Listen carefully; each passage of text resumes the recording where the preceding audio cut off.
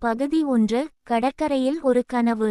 சாஸ்திகா எப்போதும் கடலையே பார்த்து கொண்டிருப்பாள். கடலுக்கு அப்பால் என்ன இருக்கிறது என்று அவளுக்கு பெரிய ஆசை. ஒரு நாள் ஒரு விசித்திரமான இசை கேட்டது. ஒரு பெரிய கப்பல் மெதுவாக கரைக்கு வந்தது.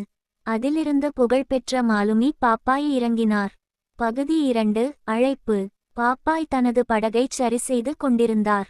சாஸ்திகா அவரிடம் சென்று, நானும் வரலாமா என்று கேட்டாள். பாப்பாய் சிரித்துக்கொண்டே, கடல் பயணம் கடினமானது சாஸ்திகா, உன்னால் முடியுமா என்றார்.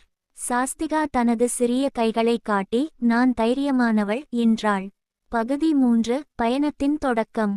இருவரும் ஆலிவ் கப்பலில் ஏறினார்கள். கப்பல் மெதுவாக கரையை விட்டு நகரத் தொடங்கியது. கடல் அலைகள் கப்பலை தாலாட்டின. பாப்பாய் சாஸ்திகாவிற்கு பாய்மரக் கப்பலை எப்படி இயக்குவது என்று முதல் பாடத்தை கற்றுக் கொடுத்தார். பகுதி 4. டால்பின்களின் நடனம். பயணத்தின் 2ஆம் நாள் ஒரு கூட்டம் டால்பின்கள் கப்பலைச் சுற்றி விளையாடின. சாஸ்திகா அவற்றுடன் பேச முயன்றாள். டால்பின்கள் மகிழ்ச்சியில் துள்ளி குதித்தன. விலங்குகள் பேசும் மொழியை அன்பு இருந்தால் புரிந்து கொள்ளலாம் என்று பாப்பாய் கூறினார்.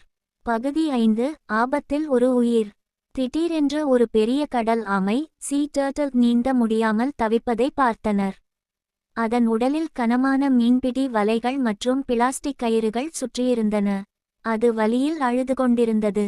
பகுதி 6. பாப்பாயின் அபார பலம். பாப்பாய் உடனே தனது இரகசிய ஆயுதமான பசலைக்கீரையை ஸ்பினாச் சாப்பிட்டார். அவரது தசைகள் வளர்ந்தன. அவர் ஆமையை தூக்கி படகின் ஓரத்திற்கு கொண்டு வந்தார். சாஸ்திகா ஆமையின் கண்களை பார்த்து, பயப்படாதே, நாங்கள் உன்னை காப்பாற்றுகிறோம் என்றாள். பகுதி 7. சாஸ்திகாவின் உதவி. பாப்பாய் வலையை பிடித்துக் கொள்ள சாஸ்திகா மெதுவாக அந்த ஆமையின் உடலில் சிக்கியிருந்த கயிறுகளை வெட்டினாள். ஆமைக்கு காயம் ஏற்படாமல் மிகவும் கவனமாகச் செய்தாள். சிறிது நேரத்தில் ஆமை சுதந்திரமாக மாறியது. பகுதி 8. அசுத்தமான கடல் பகுதி. ஆமை அவர்களை ஒரு குறிப்பிட்ட திசையில் அழைத்துச் சென்றது. அங்கே கடல் நீர் கருப்பாக மாறி இருந்தது. எங்கு பார்த்தாலும் பிளாஸ்டிக் பாட்டில்களும் குப்பைகளும் மிதந்தன. இதுதான் கடலின் சாபம் என்று பாப்பாய் கவலையுடன் சொன்னார். பகுதி 9. கடல் தூய்மை பணி.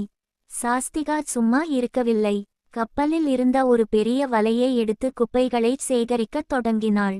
பாப்பாயும் அவளுக்கு உதவினார். பல மணி நேர உழைப்பிற்கு பிறகு அந்த பகுதி ஓரளவு தூய்மையானது. பகுதி 10. திடீர் புயல். திடீரென்று வானம் கருத்தது. கடல் அலைகள் மலை போல எழும்பின. ஒரு பெரிய புயல் கப்பலை தாக்கியது. சாஸ்திகா பயந்து பாப்பாயின் கையை பிடித்து